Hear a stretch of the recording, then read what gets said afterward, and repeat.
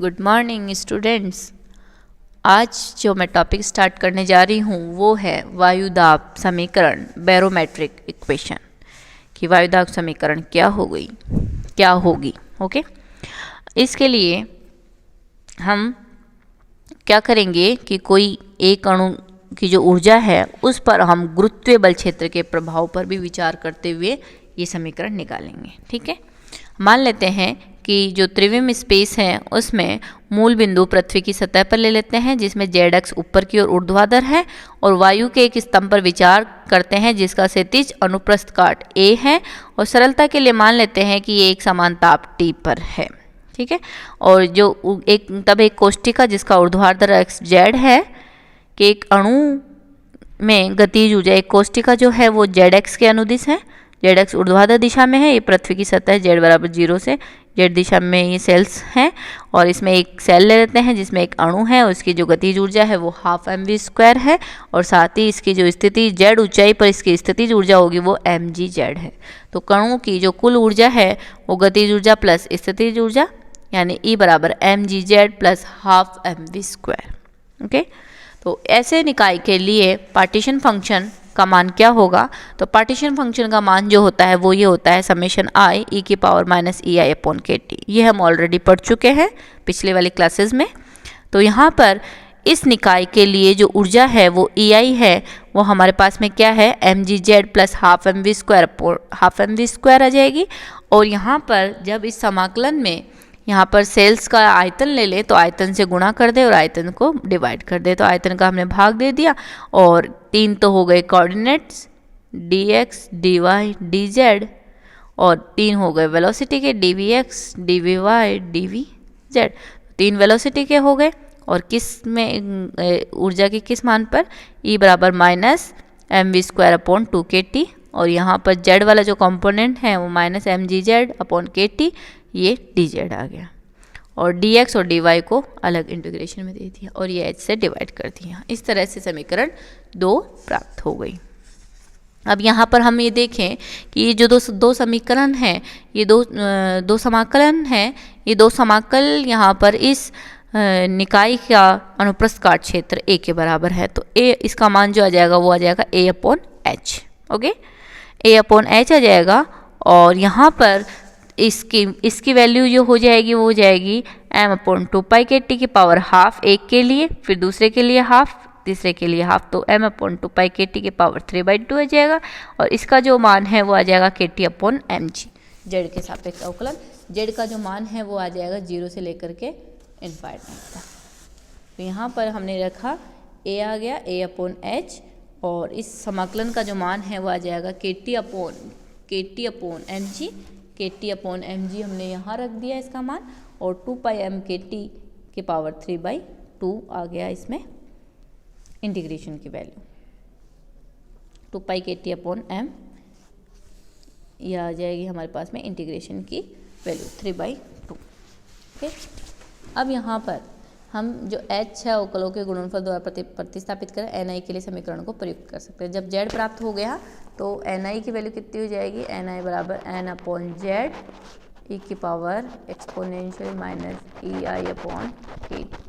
Okay, तो यहाँ पर ni ith state IV cell में नंबर ऑफ मॉलिक्यूल्स, तो ni n अपॉन जेड बराबर हो जाएगा a के टी, और ऊपर चला जाएगा ये mg n mg a के टी, यह आ जाएगा 2π के टी अपॉन m, तो ये m अपॉन 2π के टी की पावर 3/2, और e की पावर माइनस ई आई की जगह आ जाएगा mgz plus half mv² upon के टी, और यहाँ पर h की जो वैल्यू है वो h की वैल्यू ऊपर जा करके ये लिख सकते हैं dx dy dz dvx dvy dvz।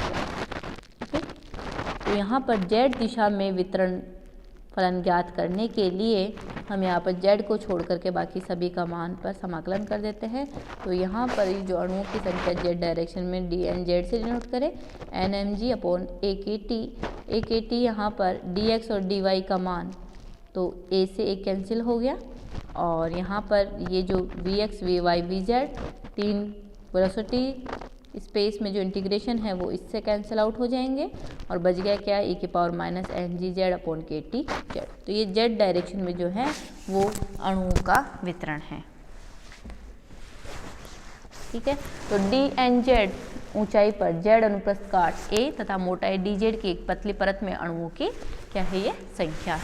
Okay, ऊंचाइयों z1 और z2 पर हम ये कंपैरिजन करें कि यहाँ पर इस z डायरेक्शन में एक z1 पोजीशन पे एक z2 पोजीशन पे अणुओं की आपेक्षिक संख्या कितनी होगी, तो dn2 अपॉन dn1, dn2 तो यहाँ पर dn2 तो z2 आ जाएगा, तो z2 माइनस ऊपर जा कर के ये आ जाएगा dn2 ये वाला dn2 और dn1 में दोनों में है तो ये कैंसिल आउट हो जाएगा, dn2 अपॉन dn1 तो e की power minus mgz z2 upon kt और अपॉन e की power minus mgz 1 upon kt, तो ये माइनस z2 माइनस z1, तो हम इसको लिख सकते हैं minus minus z2 minus z1।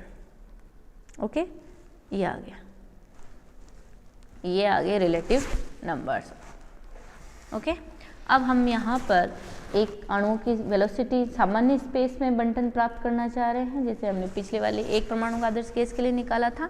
तो सामान्य स्पेस में अणुओं का बंटन प्राप्त करने के लिए जो अणुओं की जो संख्या है वो d6n जो है वो d3n बच जाएगी, d3n ये सिर्फ नॉर्मल स्पेस में यानी dx dy dz का मान तो रहेगा और इसका मान हम कैलकुलेट करेंगे तो ये इससे कैंसिल आउट हो जाएगा, तो बच गया कितना n mg upon a kt e के पावर माइनस mgz kt और dx dy dz। तो ये वेलोसिटी सामान्य स्पेस में अणुओं का वितरण हो गया। ठीक है, तो ये सामान्य स्पेस में अणुओं का वितरण हो गया। प्रति एकांक आयतन में अणुओं की संख्या को यदि n से डिनोट करें इसको तो n, परंतु p बराबर क्या होता है n kt, z ऊंचाई पर जो दाब है p बराबर n का मान है ये वाला, प्रति एकांक आयतन अणुओं की संख्या है n स्मॉल n, तो स्मॉल n की जगह हम लिखेंगे n mg upon a kt, n mg upon a kt और kt से kt कैंसिल आउट और e के पावर माइनस mgz kt। तो ये है z ऊंचाई पर किसी अणु पर दाब।